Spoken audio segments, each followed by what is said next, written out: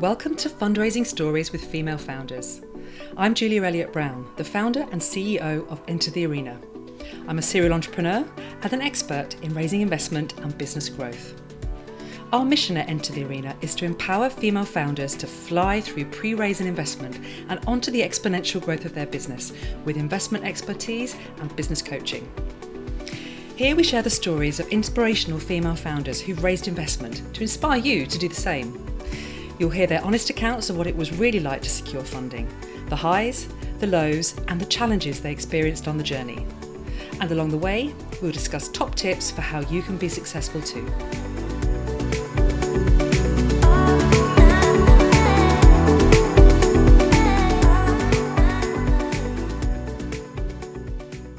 Today, it's my absolute pleasure to be speaking with Martha Silcott from Fab Little Bag. Now, Martha describes herself as passionate, determined, and motivated by a sense of justice. She's a problem solver and inventor by heart, and she looks at most things and instinctively asks, how can that be done better? Now, Martha followed a corporate career in financial services for a number of years, and that's where she met her co-founder, Penny. And it's also the point where she came up with her idea for Fab Little Bag. Now, Fab Little Bag is a concept that not only solves this perennial problem that women have of what to do with used sanitary products once we finish with them, but also at its heart addresses a significant environmental problem of what happens when people flush these things down the loo. Now, along the way, Martha has successfully raised £400,000 in investment finance to help fuel the growth of her business. And we're speaking to Martha today to find out all about her fundraising journey, the highs, the lows, the challenges, and also to get Martha's top tips for how to be successful. So welcome, Martha, and let's kick off by asking you to tell us more about Fab Little Bag. Okay, so Fab Little Bag is a sanitary disposal bag, and I invented it for two key reasons. One being to keep sanitary products, used sanitary products, out of the aquatic system. So when you flush these things down the toilet, if they don't cause blockages along the way, they then stand a chance of being flushed out into the obviously into the sewers, and they are designed to mainly overflow into our rivers to help control flooding, and that leads to the ocean, which then gets washed up on the beaches. So I really wanted to do something to try and combat all this flushing behaviour. And also, it was very important to me to address this kind of more emotional, personal issue. When you're sat on the toilet and you're being a binner and you're doing the loo roll wrap and you're doing the right thing, and then you look down and there's no bin in the downstairs loo you're in, or it's overflowing and disgusting in one of those sanitary bins, or there's an issue. And I was in that position and I felt really kind of awkward and embarrassed around at someone's house that I didn't know that well for dinner. And I didn't want to flush it, so I wasn't going to do that. There was no bin, so I had to kind of sneak it out and put it in my handbag and do what we now call the handbag smuggle. And I'm definitely not alone in that. In our research, 52% of women have done the handbag smuggle on many occasions. So although that kind of got me out of that kind of fix, I was left for the rest of the evening feeling very irritated and a bit awkward by the whole thing. So I kind of decided, when I went out and expected to find a solution and there wasn't one, I thought, right, I'm going to make one, because women shouldn't feel like that about something so natural as their period. And so how did you fund the business in the early days? I increased my mortgage, and I did so much. I was on my own, so I didn't have anyone else to pay. I just, thankfully was in a position where I had a supportive husband who did have a full-time job. So it wasn't a case of me leaving my job and us having, as a family, zero income coming in. So whilst it made a difference to the family and we had to address that difference financially, it wasn't extreme.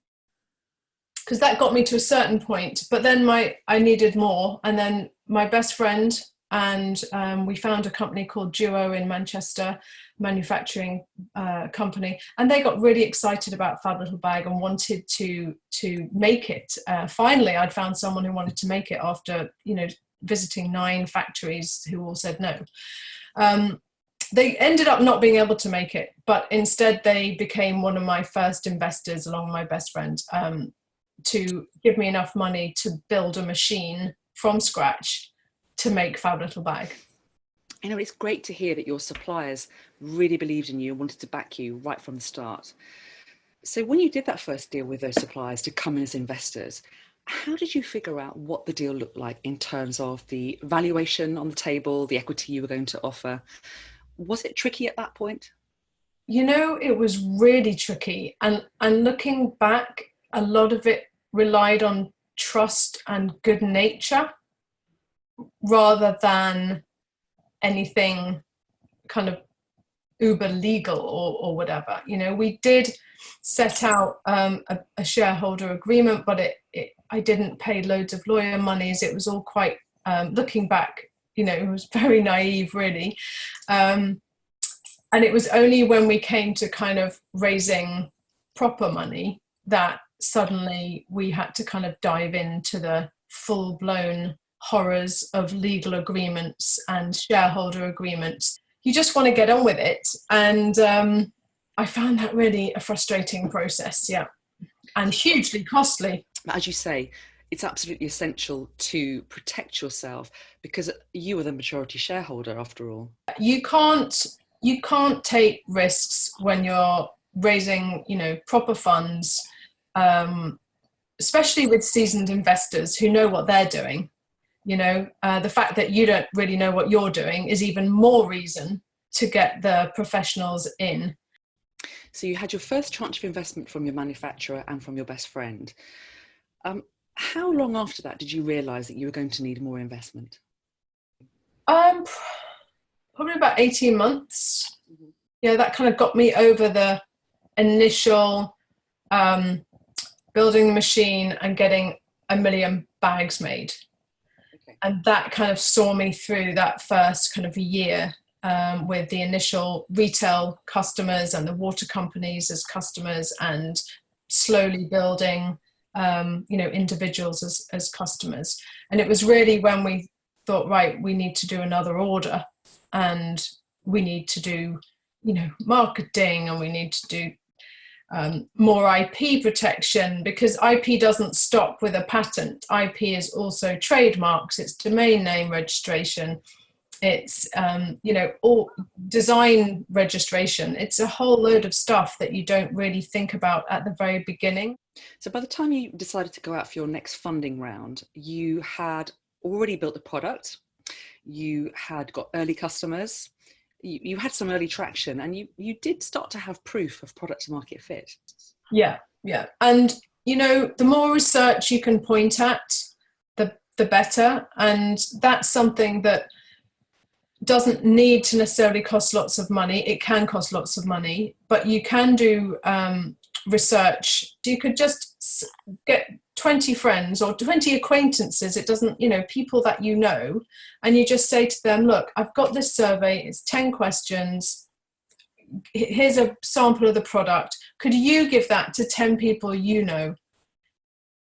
And then it's just a hassle, right? So it's just a hassle of coordinating all that feedback and chasing people and blah, blah, blah, blah, blah. But at least it's then objective, and you have no idea who these people are. And then the information. So I did something along those lines initially. And then, then we did some paid for research with one of the water companies and Mumsnet, and that was very valuable. And how much did you raise on that round, Martha, and at what valuation? Yeah, so we raised 400,000 in that first kind of round, and we had a valuation. We were working on a valuation of 2 million. And I found the valuation thing really difficult, because what do you base it on? Like the bottom line is there is no formula. Nobody agrees. It's not like it's not like a rule. You know, it's kind of turnover times 5 or something like that. It's just, you have to you have to look at your own business and your business plan. You need to do a business plan, and you have to come up with what you feel. And this is, I think, is really important, because if you don't believe it, how on earth can you expect anyone else to believe it? So you have to come up with whatever you feel really comfortable and confident as your valuation, and have rationale and reasons that you can point at to justify your position. Now, that is not a guarantee that the investors will agree with you. Looking back, what do you think were the top reasons why those investors decided to back you? And tell us more about those investors. Was it one person, or was it a group? No, it wasn't one person. That would have been nice and simple. It was a group of people. We looked at crowdfunding initially, because that was kind of very much all the rage, and kind of still is. But we were very naive about it, and we didn't realize what we now realize, which is that crowdfunding definitely works, by the way, but you do need to have about 40% of whatever it is you're trying to raise already raised, like in your back pocket, because that's just how it works. And we didn't, and we couldn't, and that was not really going to happen. We learned the hard way. We spent a lot we went way down that path before we actually really understood how this thing works, and we didn't get great guidance there. So then we felt very strongly that we wanted investors who really got us, obviously, but who loved Fab Little Bag, and it touched them, and it motivated them, and it impassioned them as a person. So we were really happy to kind of work with individuals rather than a kind of faceless group or something like that.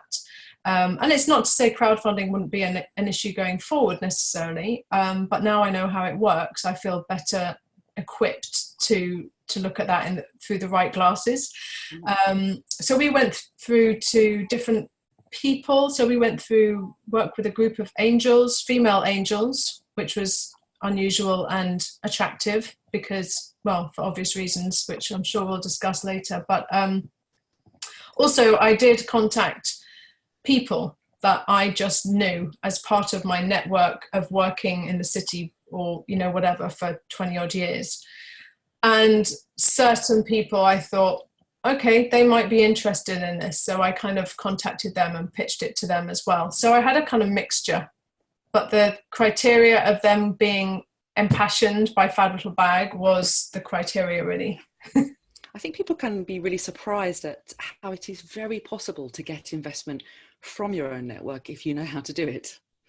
I would agree with that. And, I think it's important how you approach people. You're not presumptuous in any way or anything like that. So, it's important how you approach it, but I do think it's a definite first port of call. It's a sensible, lower risk first port of call because they know you as a person. There is a relationship there.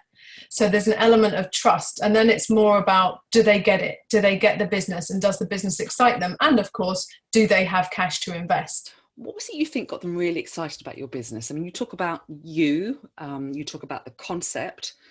Were they the two things that really hooked people in?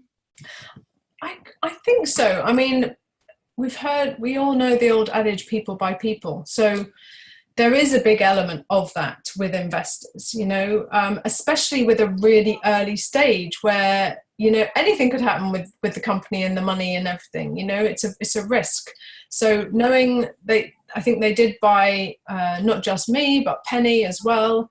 I think they bought into the product because it had IP attached to it, that it is a product that it solves a real problem or solves a couple of problems. And the scale of it is obviously vast because it applies to, most menstruating women in the world to a varying degree. So that the potential for scale to the maximum is huge. Therefore, that is attractive because make no bones about it, investors are interested in return on their investment. So they are not going to just invest because you're a nice person, or invest because it sounds quite good and, you know, it happens to be a Friday afternoon. They're only going to invest if they genuinely think that they are going to get a good, healthy return on their money. So let's talk about the challenges you faced around being a female entrepreneur, if any, and particularly around the product, because of course menstruation is still very much seen as a taboo subject by many. So it can't have been the easiest thing to go out and pitch. The subject matter was very tricky, because when you walk into a room of investors and the vast majority, if not all, are men, and usually, frankly, middle-aged men, you've got to get straight in there talking about tampons, sanitary towels, periods, you know, gloopy drips, you know, the whole thing. And somehow you've got to, it's not their fault that they don't understand what you're talking about on an empathetic basis. So we really had to address that very quickly in our pitches, and also give them some facts and figures to kind of warm them up, and then get straight in there and give them, try and allow them to feel how it feels being a binner when you haven't got a perfect binning environment around you.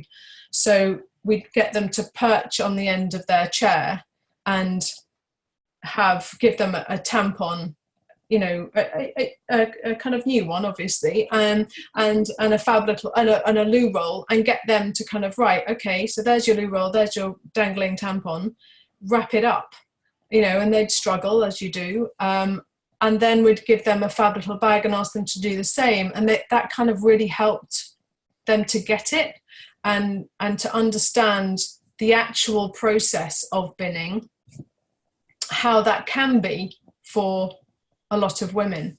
And similarly with the sanitary towel and wrapping it up and putting it into a toilet roll versus putting it into a Fab Little Bag, and just how that whole thing feels, and then looking at the bin afterwards and looking at that visual, or saying, you know, now put that in your briefcase, you know. So I think making them experience a little bit of what it's like help them to understand it more, and they'd inevitably go home and start talking about it with their girlfriend, wife, daughter, and that's almost when they got really excited, when they got the feedback from them going, yeah, it's horrible and I really, you know, hate that bit, or whatever. They're like, wow, yeah, this is how, you know, I never knew. Where there's a disconnect with a natural empathy, you need to create that experience as best you can. And then hopefully they will enhance that with direct conversations with women that they feel comfortable talking about it with. And there is this perception, isn't there, that investors aren't emotional and that they make decisions in a purely rational way. So of course, yes, it is about giving them the facts and the figures and proving to them that you can scale this business to be worth millions. But also you do need to find a way to get investors to connect emotionally. What about confidence, Martha? And in particular, confidence on your numbers. What are your thoughts on that?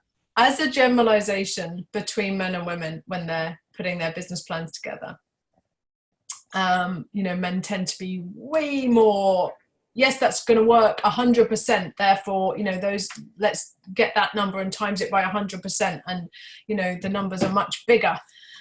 Whereas Penny and I, although we are obviously risk takers because we're taking a massive risk with our own careers and financial well-being right now, but we are also conservative on the whole, you know, in how we do things. So we had, in our business plan, been conservative as we went along. But again, when challenged with that, we kept it the same because we felt comfortable. Going back to what I said earlier, you have to feel comfortable in your own skin presenting your business plan and presenting your opportunity.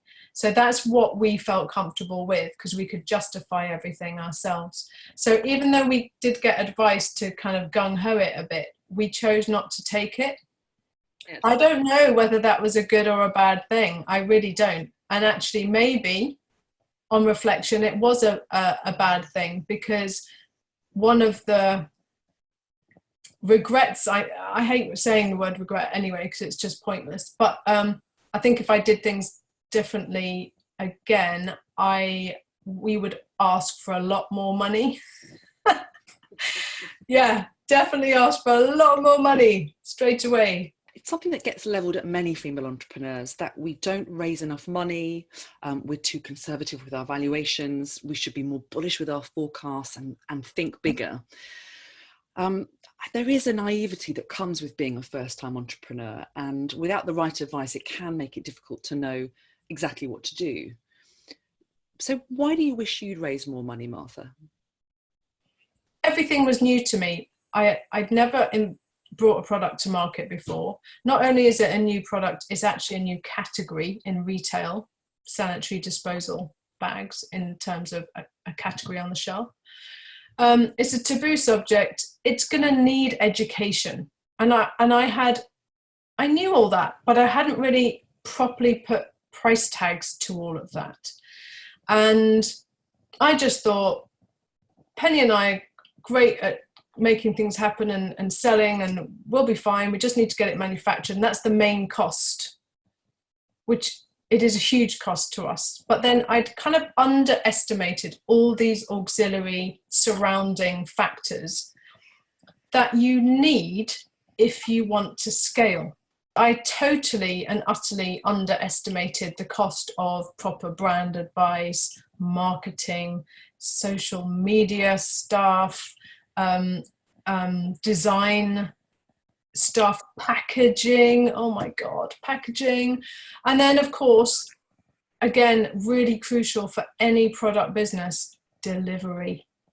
Oh my God, delivery is a nightmare, and it eats into every profit margin like crazy. So, we hadn't appreciated that. And I would definitely raise more money and have a bigger, faster vision from the start. So you raised 400,000 on a valuation of 2 million. Had you gone out and raised more at that time so that you could follow a strategy of scaling the business more quickly, you probably would have needed to be more bullish on your valuation so that you didn't give too much away, right? Yeah, exactly. And I would have had to, and I would have had to wing it somehow, because you can't afford to give away everything at that first raise either, because there will almost, and I naively thought we'd only need one raise. I just thought, I've got this, I know what I'm doing. Of course, when you take shortcuts, it can cost you very dear in terms of your fundraising campaign sucking up all of your time, or actually making some really big fundamental mistakes along the way. Now, this interview is for Enter the Arena, and we are all about, of course, supporting female entrepreneurs with raising finance, with coaching and advice along the way. Do you think more support is needed? I think that will help a lot of startups. And, again, I'm generalizing here, but with women startups, then they're often more involved, potentially, with the family, and if there are children, with children. So the juggling kind of knows no end to all the different things that you're having to kind of keep going. And sometimes that can, it can just put people off because they just can't, it's just too much. I hadn't quite appreciated how much time it takes and how much you are forced to take your eye off the ball in terms of the business, running the business.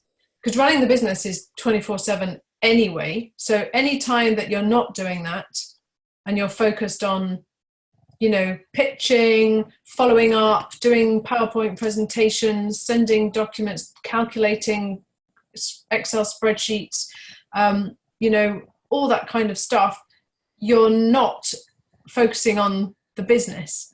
And that's one of the most damaging things, I think, about the whole juggling of raising money whilst trying to run an embryonic business. And what's your advice, Martha, to those women who are thinking about fundraising or who are on that journey right now? Preparation is really key. So you need to spend the time to make sure that when you go out there, it's just going to flow, and you know what you're asking. You're 100% conviction of your position, so that, because you will get challenged, you will get laughed at, you will get dismissed, whatever, and you just need to know that you believe in every single word you're saying, and it doesn't matter if they don't, because you do. And I think getting advice from people who have experience in that area can only be beneficial, because it doesn't matter if it's a different product or it's a different this or a different service, whatever. It's the principles of it that come down to being really important and that you can replicate. And a lot of that is also bound up in your confidence and practicing pitches and doing it in front of the mirror and feeling like an utter prat, and, you know, putting yourself in these horrible out of comfort zone areas constantly, and having support to kind of at least give you a foundation of knowledge around there. And something like what the enter the arena is giving is almost like layers. So if you do have funds and you can say, I'm going to make sure I nail this first time and it's worth this money and I've got the money, so I'm going to chuck it over there, that's absolutely brilliant. And if your funds are much less, then something like this can still be so helpful, because you're kind of getting free advice, or very low cost advice, you know, which you can afford, because you have to be able to afford a certain amount in order to get the knowledge from a professional person. You know, that's not just going to come free. So finally, Martha, tell us what's next for Fab Little Bag. So we've come up with a beautiful new dispenser for our Fab Little Bag that goes on the wall next to the loo roll, and PHS will be introducing that to their relevant customers over the next few months. So that's very exciting. So there's a big kind of focus on the B2B market. Obviously, everyone I ever meet anywhere says, oh, you've got to get into hotels. So, you know, we are kind of starting to work in the hotel market, and we've had interest from some ships. I believe we're on some investigative ship going off to Antarctica to do research for a few months. They put a big order in, so that was very lovely. And, you know, aeroplanes and stuff like that. But we are focused fundamentally on our consumers as well. So, you know, we've got all kinds of subscription offers and things like that for our happy fabbers that are out there.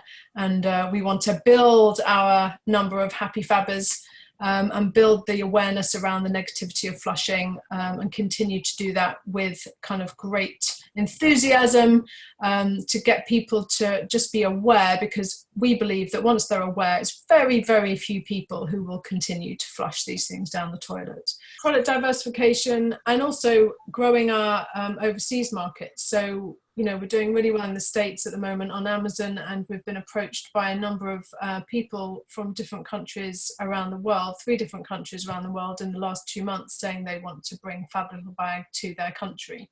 So that's always very exciting. Amazing. So more distribution, diversification, and internationalization. Do you think you're going to need more funding to help you realize those dreams? I think so. Not quite sure on the timing.